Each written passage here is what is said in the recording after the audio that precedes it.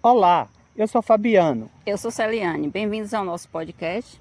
Nós iremos apresentar sobre o Caderno de Formação Subsídios para Estudo da Conjuntura 2022, do Movimento dos Trabalhadores Rurais Sem Terra, MST, que traz a temática Colapso Socioambiental ou Mudança de Civilização, o decênio decisivo, Luiz Marx. E hoje temos o prazer de receber Rebeca, aluna do mestrado em Educação na UESB, para discutir um tema urgente e complexo. Iremos iniciar tratando sobre algumas desigualdades que atingem a nossa sociedade. Também o aumento da insegurança alimentar e da fome em um mundo marcado por colapsos socioambientais e a necessidade de uma mudança de civilização. Vamos explorar como essa insegurança impacta diretamente os sujeitos do campo e a importância da educação como ferramenta de transformação, assim como as interseções entre questões ambientais e sociais, analisando como práticas educativas podem promover justiça e sustentabilidade nas comunidades rurais. Então, Rebeca, temos hoje algumas perguntas para você para promover reflexão sobre os desafios e as soluções no combate à fome. Vamos começar? As crises socioambientais, elas têm sido objeto de estudo e discussões para cientistas e órgãos mundiais, que estão preocupados com o futuro da humanidade.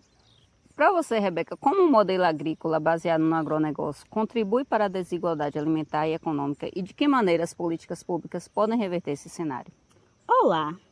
Para a gente refletir um pouco, né, sobre essa pergunta, a gente precisa entender que o agronegócio ele é a raiz de alguns problemas que a gente enfrenta, né? Este modelo agrícola baseado, né, no agronegócio, primeiramente não produz alimento, produz commodity. E para exportação, ou seja, não fica dentro do nosso país. Esse é um dos primeiros fatores. Visa a produção de monoculturas que vai gerar lucro, a exemplo da soja e do milho. E assim a gente vai vendo, né, o agravamento cada vez mais da produção e oferta de alimentos com bom valor nutricional, um alimento saudável para a população. E a gente precisa ter em foco que este modelo ele não alimenta a população, e sim o mercado. Isso é um cenário que cada vez mais vai ficando latente.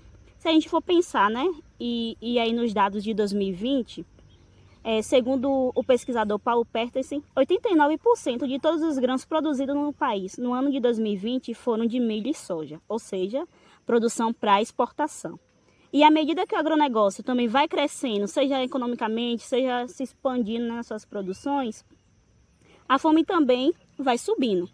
Porque como a gente já mencionou, ele não alimenta a população, ele alimenta o mercado.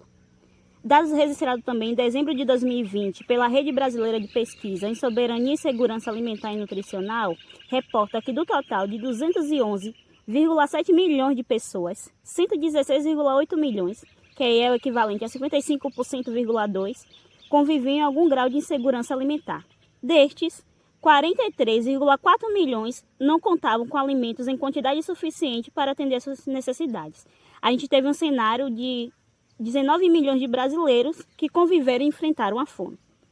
E para esse modelo, né, se abastecer, seguir, a gente precisa ter em mente também que uma das suas bases é a concentração de terras.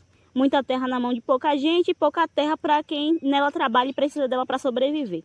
E aí isso, consequentemente, vai limitar o acesso de camponeses e camponesas à terra para produção, para sobrevivência e a produção de alimentos saudáveis, de qualidade, agroecológico. Mas quando a gente analisa, né, que esses sujeitos que têm acesso a pouca terra são esses profissionais, esses trabalhadores, né, enquanto agricultores familiares, que são responsáveis por mais de 70% dos alimentos que chegam à nossa mesa. Então são esses trabalhadores que são responsáveis pela alimentação da população brasileira. E essa produção feita por essas mãos que fica dentro do nosso país. Porém, existem algumas contradições. Quando a gente vai olhar o financiamento público que é destinado ao agronegócio e destinado aos trabalhadores rurais, a gente tem um cenário gigantesco de diferença, né? Pelo Plano Safra de 2024-2025, lançado pelo governo federal, prevê 400 bilhões de investimento para o agronegócio, enquanto para a agricultura familiar apenas 76 bilhões.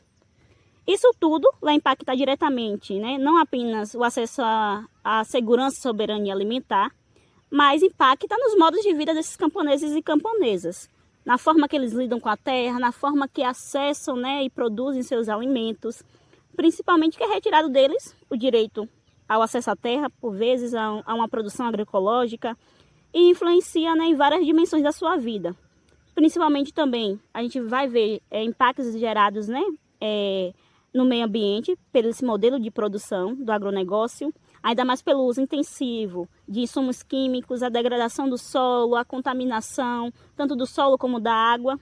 E a gente está em um cenário que o nosso país é um dos maiores consumidores, né, de agrotóxicos do mundo, e a gente vê, né, leis que vão favorecendo e flexibilizando o uso desses venenos dentro das produções. E quando a gente pensa, né, de que maneira as políticas podem reverter esse cenário, a gente precisa pautar políticas que incentivem ações em vistas, né, também nos pequenos agricultores desse país. Políticas que promovam e fortaleçam a discussão em práticas agroecológicas, que fortaleçam as comunidades camponesas, políticas de distribuição de terra, né, que a gente vê tantos movimentos sociais lutando aí pela reforma agrária, criação de programas e de projetos, né, que favoreçam a economia solidária e melhore o acesso aos alimentos produzidos pelos camponeses e camponesas, a população tanto do campo como a população da cidade, né, que gerem, né, alimentos mais nutritivos, políticas que potencializem também em vista na educação do campo. As questões climáticas se agravam cada vez mais devido às emissões dos gases poluentes que são lançados na atmosfera. Nós sabemos que a poluição resulta no efeito estufa, provocado pelo buraco na camada de ozônio. Nesse contexto, Rebeca, quais são os principais impactos dessas mudanças sobre a produção de alimentos nas comunidades rurais e como isso agrava a fome e a pobreza? Primeiro, todas essas mudanças, né, a gente vai ver que vai provocar um aumento de pragas e doenças, pode provocar também perdas da produção agrícola e pecuária. A gente sabe que essas mudanças elas vão agravar as temperaturas ou provocar períodos longos de secas ou de chuvas, o que prejudica o crescimento das culturas, a produção de alimento para os próprios animais, que aí a gente vai ver acarretar a falta de ovos, carne, leites e seus derivados. Diminui também as variedades de alimentos, impacta no solo e na água. Temos um cenário aí de grande contaminação, né, dos nossos lençóis freáticos. Então, sem solo a gente não consegue produzir, muito menos sem água. E tudo isso, consequentemente, irá resultar no consumo e dependência de insumos e alimentos externos, aumento dos valores dos alimentos, o que vai impedir, né, o acesso da população à alimentação. Também impacta na perda de autonomia econômica dos trabalhadores rurais, tendo em vista que esses agricultores, né, vão perder sua fonte de renda e que, consequentemente, provoca a migração de muitos e muitas para os grandes centros, à procura, né, de uma maneira de sobreviver, de trabalho, provocando o esvaziamento das comunidades camponesas. Pensando nas medidas a serem tomadas, como podemos integrar os saberes tradicionais dos povos do campo para promover a soberania e a segurança alimentar? Nós, enquanto acadêmicos, pesquisadores e estudantes, há um tempo a gente vem conceituando algumas práticas que os sujeitos do campo já vêm fazendo há um tempão, né?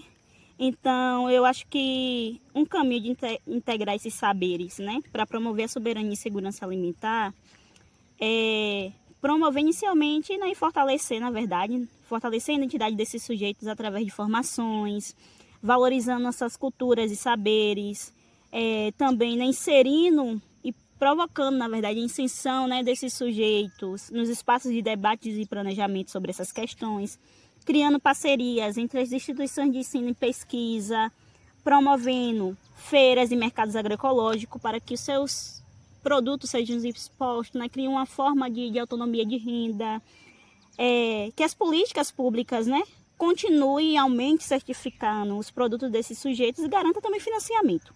Mas, sobretudo, que a gente possa idealizar, né, espaços de formações que vai realizar trocas de conhecimento, divulgações das ações e práticas executadas pelos trabalhadores e trabalhadoras do campo.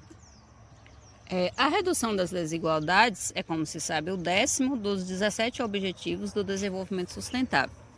Na sua opinião, por que a redução das desigualdades é um dos objetivos do desenvolvimento sustentável mais desafiador de ser cumprido?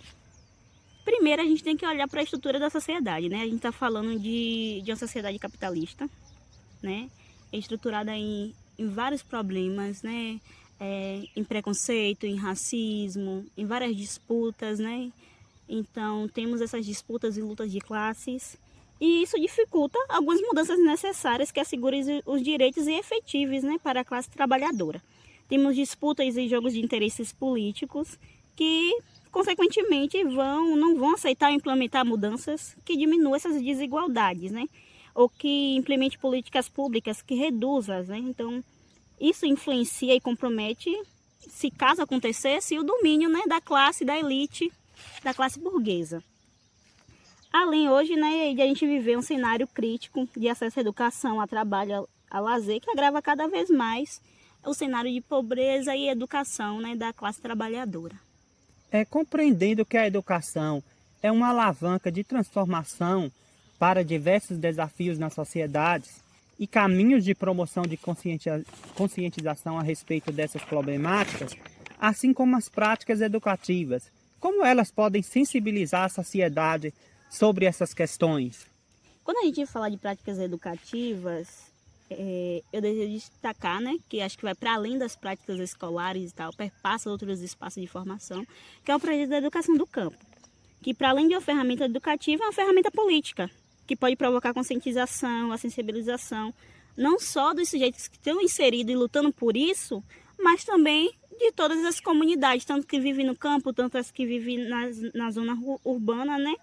Para pensar sobre essas questões, pensar sobre a agroecologia enquanto instrumento de luta e formação, bem como também caminhos, né, que vão na contramão do modelo de produção e efeitos do agronegócio. A educação do campo, ela valoriza os saberes tradicionais desses povos, algo que a gente já comentou aqui sobre, né? Insere nos seus currículos debate sobre isso, articulando também as práticas, promove eventos e ações que ultrapassam, né, os espaços institucionais e escolares, ensinando os camponeses e camponesas em seus planejamentos e execução. Fortalece os projetos da economia solidária, forma, né, os trabalhadores e trabalhadoras do campo, seus filhos e filhas, né? Forma também os educadores e profissionais que trabalham com esses grupos. A gente pensa, né, em promover uma educação crítica, emancipadora, uma educação política, para a gente analisar, né, a nossa realidade, saber agir, intervir sobre ela. Caminhos também de divulgar os trabalhos e destacar a importância, né, de todo esse conjunto de ações que os trabalhadores do campo vêm fazendo e lutando, além também de defender a inserção da inovação tecnológica no campo, né? Ações que garantam e que levem à mudança do cenário que hoje a gente está vivenciando e vendo. Então, a partir dessa visão que nós tivemos hoje sobre a desigualdade global, a questão da exploração socioeconômica, a relação entre as desigualdades que permeiam a sociedade e as crises socioambientais, a partir da fala de Rebeca, assim como também as responsabilidades dos diferentes grupos socioeconômicos que foram tratados, em relação também à questão das emissões de gases do efeito estufa e a degradação ambiental, nós queremos também convidar a professora Niltânia Brito para falar um pouco sobre essas temáticas e fazer uma conclusão. Isso, e também agradecer, Rebeca, né, pela sua participação e vamos dar continuidade ao nosso podcast. Antes de passarmos para a companheira Niltânia, queremos dar uma pausa para um momento poético. Que desenvolvimento é esse que tanto pregam que é para o nosso progresso? Mas com máquina ferozes só nos destroem a cada século, arrastam tudo que encontram pela frente, uma árvore sequer não deixam de pé. Como arado vai passando por cima do povo, nivelando-os do jeito que os quer, enganando e explorando o trabalhador por ganância, invadindo e assolando os territórios dos povos tradicionais, grilando terras, ceifando vidas, histórias e culturas. Com apoio de governos que legalizam seus crimes e os dão abertura. Carta aberta para matar. O que importa mesmo é o latifúndio avançar, colocam fogo e espalham veneno sem se preocupar, destroem tudo. Rios, matas, solos, animais, não sobra nada. E a saúde da população? O que vai restar de tanta intoxicação? Preservar e conservar na sua lista nem de perto deve passar. Poluir, contaminar, destruir, desmatar, violentar, explorar e matar. São ações que aí na sua agenda está. Que progresso é esse? Com ele, os problemas sociais só tendem a alavancar. O negócio aqui são monoculturas para exportar, diferente da agricultura familiar, que produz para dentro do país, preservando pelas tradições e saberes que passam de geração em geração para do meio ambiente cuidar, produzindo em família para a população brasileira alimentar. Ao contrário de vocês, genocidas, que quer da natureza se apropriar para no final um grande deserto deixar e os povos do campo exterminar. As gerações futuras como vão ficar? Precisamos de um campo cheio de gente, não só de pastagem, colorido de povo, com lazer, educação, cultura e diversidade, rico em biodiversidade, em que a vida vale mais que o lucro, um sistema que a agroecologia seja o rumo, que a luta e a resistência nunca deixem de brilhar, porque com elas vamos marchar. E que o agronegócio não passe de um pesadelo que bateu em nossa porta e no fim morreu para nunca mais voltar. Poema Que Progresso é Esse, de Rebeca Oliveira. Então, meus queridos, de tudo que nós acabamos de ouvir nesse podcast, foi importante para que a gente pudesse estar pensando de qual deva ser os passos que vamos tomar para afirmar que a natureza precisa da nossa sobrevivência, né? Da sobrevivência dela e da nossa sobrevivência. Então, o capitalismo globalizado, ele é cruel, ele extermina a natureza, ele extermina a humanidade. Mas nós podemos modificar essa realidade. A Greta Thunberg, ela, por exemplo, ela vai dizer que se o sistema econômico global, no formato que está, né, não há solução, então necessariamente está na hora de mudarmos o modelo de sistema. Se muda o modelo de sistema para que a gente possa assegurar a sobrevivência da sociedade. E aí ela vai trazendo para nós alguns caminhos que devemos seguir.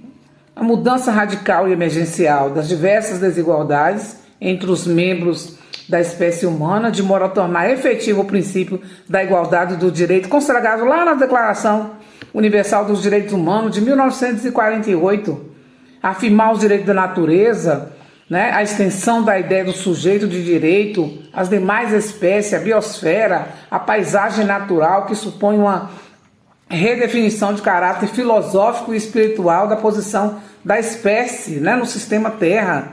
Então são questões como essa que vai fazer com que a gente mostre para a gente que há solução. Basta que nós tenhamos compromisso com a humanidade. A economia permanecerá uma mentira e uma máquina mortífera se não se conceber como um subsistema de ecologia.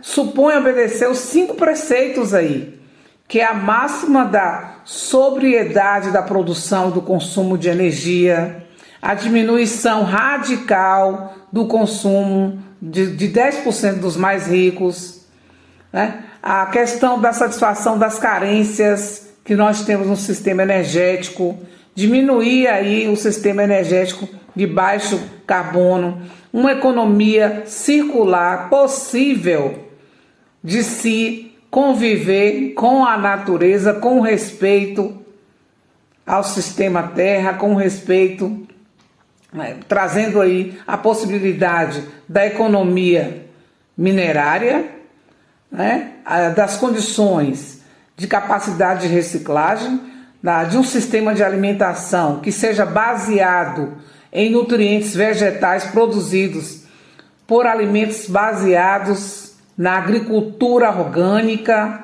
local, variada e respeitosa dos habitantes, plantar a soja no Cerrado e na Amazônia para alimentar os porcos, para os frangos e os peixes e os milhares de quilômetros dos outros continentes, é o caminho mais curto e seguro para o colapso ambiental. Então, numa palavra de sobrevivência da sociedade, depende da capacidade de evoluir, mantendo baixas as taxas de consumo de energia e de materiais. A outra questão que a Greta fala é a ampliação das reservas naturais em um esforço concentrado na restauração dos biomas e da biodiversidade em geral, baseado no diálogo entre a ciência disponível e o acúmulo das comunidades tradicionais e dos povos originários.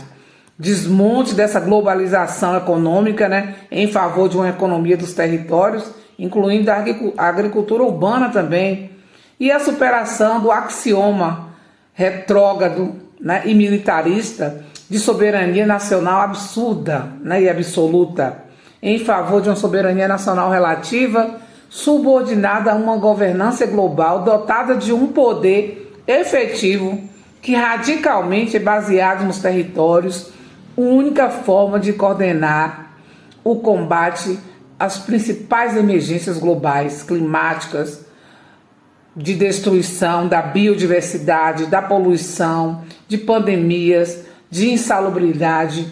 Então, essa conclusão, esses são princípios que nós podemos concluir e dizer que nós assim a gente vai avançar. E esse podcast não para aqui, porque a discussão planetária, ela é nossa e ela continua enquanto a gente não mudar essas realidades. Até lá, até o próximo episódio, pessoal.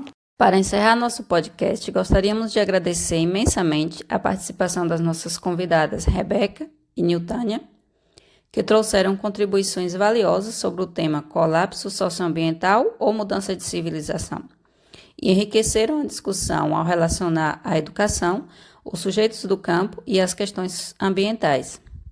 Suas perspectivas reforçam a importância de repensarmos modelos educativos e sociais no enfrentamento dos desafios socioambientais que vivemos.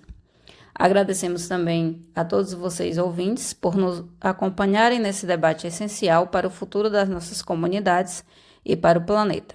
Este podcast foi gravado pelo grupo de estudantes Celiane Lago, Fabiano Silva, Niltânia Brito, Rebeca Oliveira, Tamires Fonseca e Victor Camilo. Até o próximo episódio.